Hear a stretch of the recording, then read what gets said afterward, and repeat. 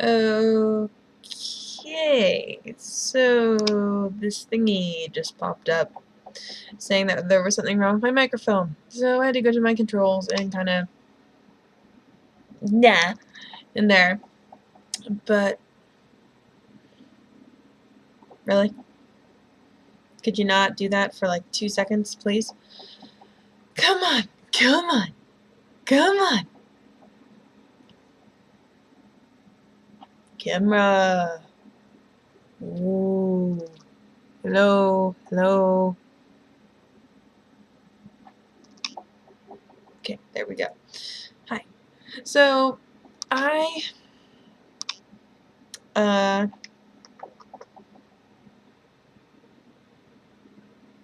oh, right.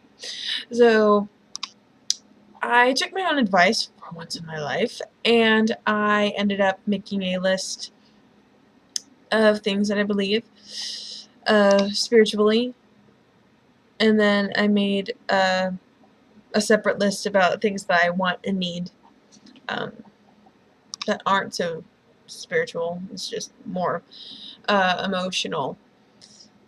But anyways, I thought I'd share my list with you spiritually, and I'm sure you guys might throw a fit and be like, oh no, you can't believe that, blah, blah, blah. Well, guess what?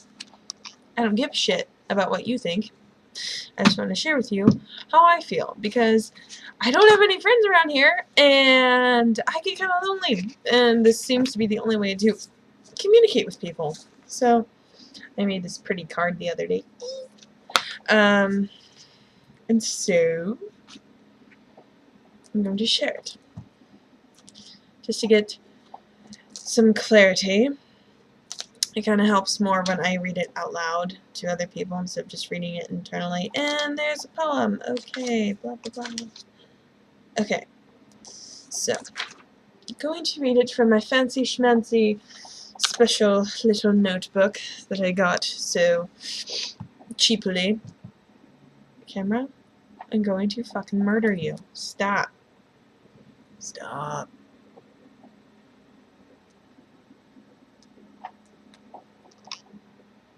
God, what the hell is that about? Okay, so what I believe. Number one, I believe that one religion isn't the right one. If there was only one correct religion, then there wouldn't be others. This is what I think. I have the inability of telling somebody that their faith is wrong. I just can't do it. Like, I don't feel like it's right. I don't feel like it's fair to feel all hot, high and mighty and being like, oh yeah, well, you're wrong and you're gonna burn in the flames of hell. Like, that doesn't make any sense to me. Like, if there was only one correct religion, then all the other ones would be wiped out. And they're not wiped out, so there's proof that there are other ones for reasons. And I think the one moment that made me the most irritated about this point was when I was mentoring at the Reservation of Grand Ronde, or the Confederated Tribes of Grand Ronde, and I was so enthralled and captured by the native practices there, and it really touched me in a very emotional way, and I was just immediately drawn in, felt so much like home, and I loved it, and it was just so fascinating. While I had told my friend about it, my friend at the time, and she was like, well, did you tell them that their faith was wrong? Like, they know that they're not right, right? And there's something about that I just wanted to fucking flip a table over. Because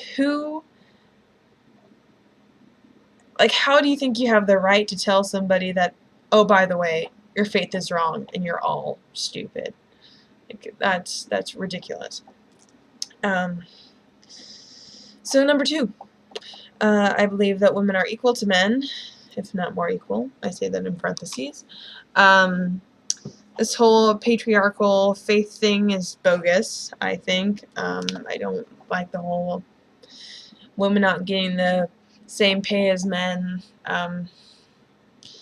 the fact that women have to succumb to this idea that they need to make an excuse. There's this link thingy that's going around Facebook about the fact that you should stop saying that you have a boyfriend as a way to reject a romantic invite from somebody.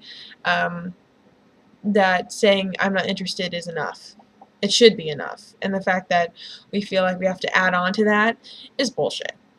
We shouldn't have to. The fact, we should be respected enough to just, oh, she said she's not interested, leave her be. But no. So that needs to change. I feel like women are underestimated a lot in this whole, men getting all up in arms about the fact that, we might have a female president one day. Big fucking deal. Like, I'm sorry, sometimes when it comes to common sense, women are a bit smarter.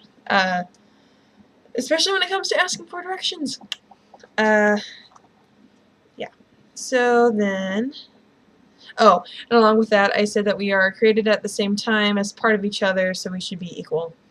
That's my take on it. I also feel, and I wrote that I have a difficult time with this because I can be pretty judgmental, and I'll admit it. I am, and it's just very fast. If I see something that just doesn't look right, or if I hear something that doesn't sound right, or that just sounds really kind of, it's normally things that sound kind of creepy or absurd that I'm just kind of like, I don't like you. Or if I see a girl in the skimpy shorts and like the tube tops that like it just doesn't fit her, I'm pretty bitchy about that, and I really, I'm pretty judgmental when it comes to that stuff. But especially now that I have an issue with seeing girls that, I do see girls that are dressed sort of in a skimpy way, but they're kept, and they have the body to pull it off, and so in a way that they look cute and free. But then I see other girls that just seem like they just want to show off that they're kind of unkept and not clean and just acting like they're cool because they don't give a shit, but in reality, honey, you should, because that's not healthy, and that makes you look like you have no self-respect. But as race goes, this prejudice bullshit needs to end, and I myself do have a bit of an issue dealing with stereotypes, and that's something that I need to end with. But I mean, I'm not the kind of person who will fucking picket something or straight up get in somebody's face. I'm not that kind of confrontational, judgmental person, but it's mostly what I think and make snarky comments later, which is not nice. And people need to understand that I'm not a really completely nice person. I never said I was nice. So people are like, oh, you think that way, boss? Like, well, yeah, I do. I never said I was nice, so you shouldn't be so surprised. But I think that now that I've broadened my mind a bit more, working with people from different cultures, different ethnicities, that break the stereotype, have really been surprising to me, and I enjoy that. So it just proves me wrong even more. And the more that I hang around people like that, the more that I learn my lesson. So I need to stop having these expectations, because those are bogus too. Let's see. Okay, so I do believe that science and drugs have been taken a little bit too far. A little bit. Because this whole drug dependency thing that I'm dealing with from my own family, not by me, but by somebody else who lives upstairs, dependency on like pharmaceutical drugs and all this jazz. It's not good. And from what I've learned in my Native American Studies class, what they make the drugs out of, the ingredients or the herbs, they are pulling out only like a specific medicinal property of the drug. Oh my god, so irritating. And they're leaving the rest of it to rot. But apparently, all these the herb that they're taking the medicinal property from has other medicinal properties that could be super helpful. So I'd like to, whenever I get the hell out of here, create like an herb garden and study up on herbs and cook with them and make tinctures and stuff like that that are more natural, that don't have the nasty whatever the hell are in drugs, because guess what? I think they're causing more harm than good. Sure, they might create pain relief, but they're probably going to create bigger problems in the future. And then, right. So I believe the earth to be a living, breathing entity with emotions. It makes me really upset when I see lack of wildlife, or when I, drive to the coast and I see them just, this one slush land just hacked away of all its trees and timber, and it's just, I don't think people get that the earth is living and is breathing, and we're murdering her basically just again and again and again, and people don't understand that it will get to the point where we have no resources. Nothing will be here, and we'll be fucked. Royally fucked.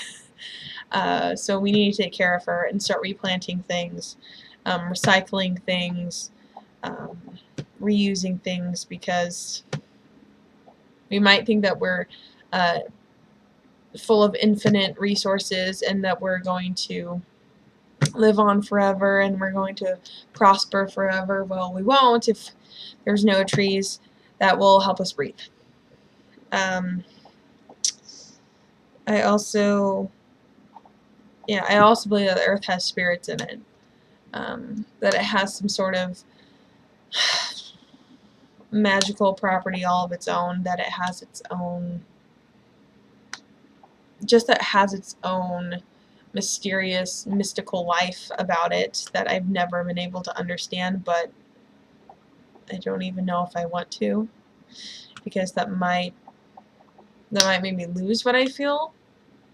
I mean, I'm the kind of person that if I get stressed out, I need to go outside and then like sit at the foot of a tree and just chill out, or just lay out in the grass, or go on a walk in the country, go near a brook.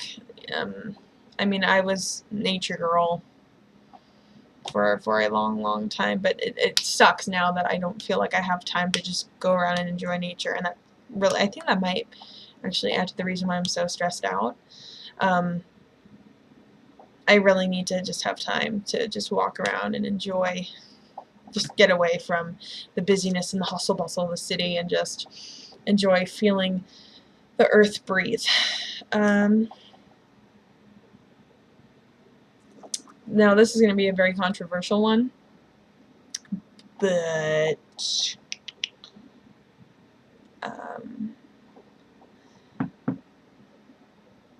I feel that heaven and hell are things that we create in ourselves. I mean, I don't really know how I feel about heaven. I feel like there's a possibility of a place to go for souls to rest. But I don't feel like, we can't blame the badness of the world or of people on Satan. Like that doesn't make sense to me. You're responsible for your actions and what you do and your emotions. You can only control what you do.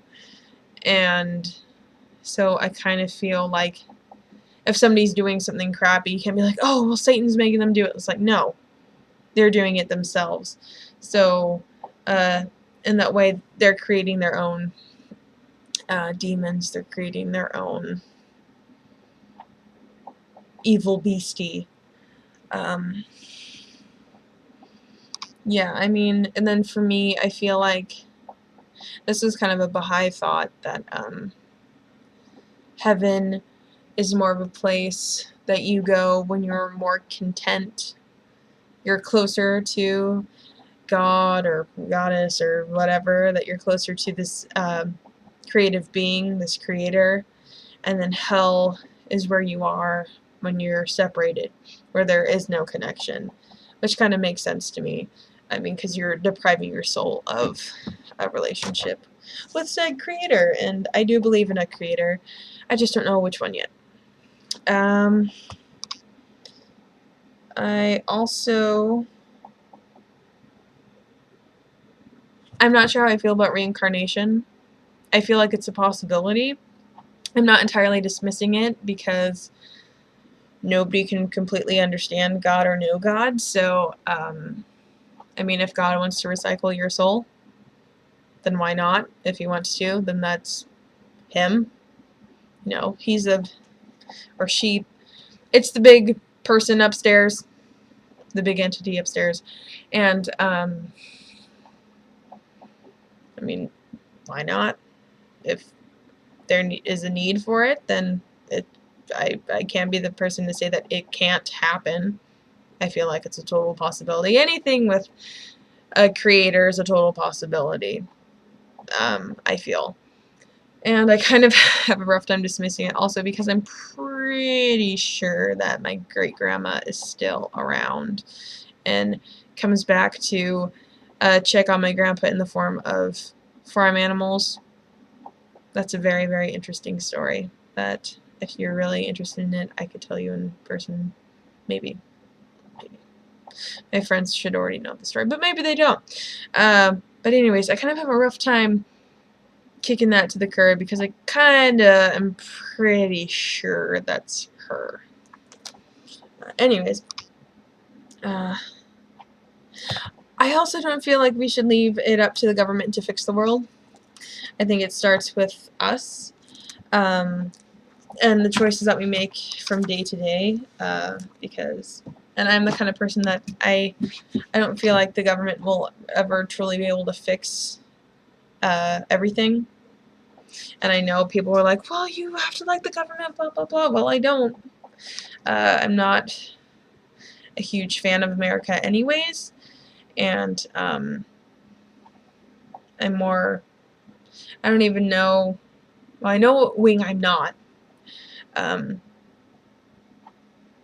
But I really don't think that there will ever be a person who will be in office that can fix all the shit that's happened.